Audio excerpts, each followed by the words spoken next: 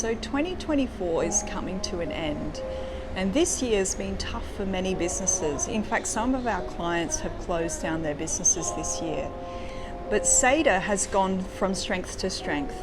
And in 2024, I have effectively exited the agency, and I wanted to share with you some of the steps of how we've achieved that in an economically tough time. So one of the first things that we did was we focused on what we were really good at. There are often temptations to do many things to satisfy lots and lots of clients, but we decided to stick to our track, which was LinkedIn and email outbound lead generation for B2B consultancies. In doing so, we were effectively doing less, but for the clients that we helped, we were able to get better and better results, purely because we were focusing on something that we were really good at.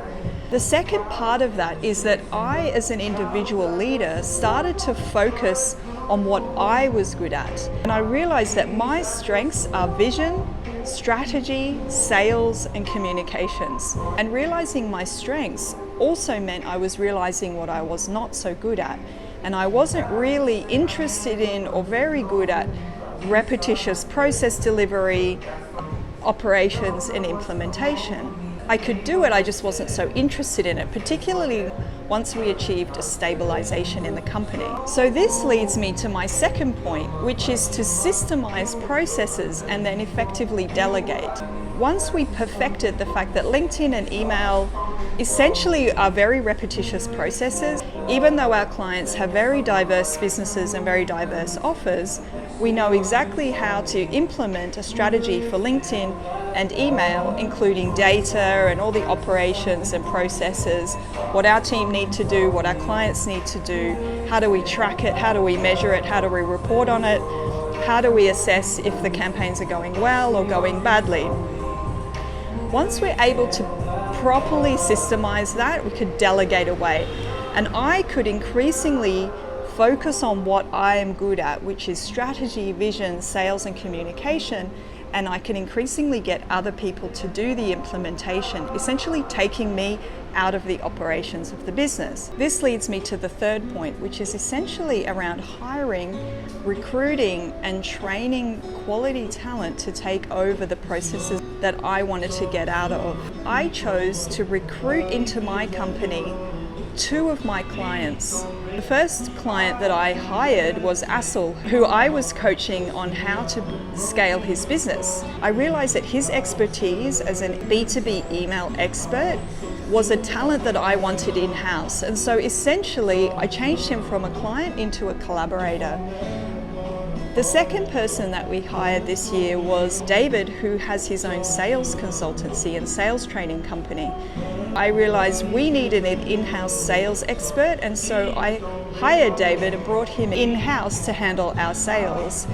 This year I've been able to grow the team and grow the company by inviting other business owners inside the company to help me run departments.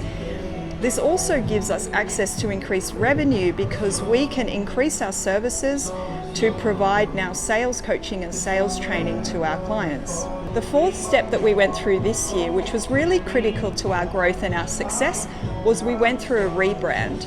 So in 2023 and earlier, the company was called Jen Bishop Consulting, which means that my name is attached to everything that we do.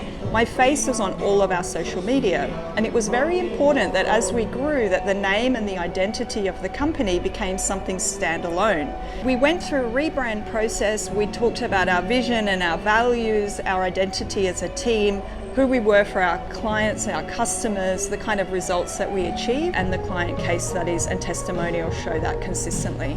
So the fifth step that we were able to achieve this year, even with the economic downturn and some of the struggles that companies have faced across the globe, is we were able to then stabilize. Because we focused on what we were really good at, and I was able to identify what I'm good at, I was able to create processes and then hire people strategically to replace myself. Plus we went through a rebrand and we created a real team identity around who we are.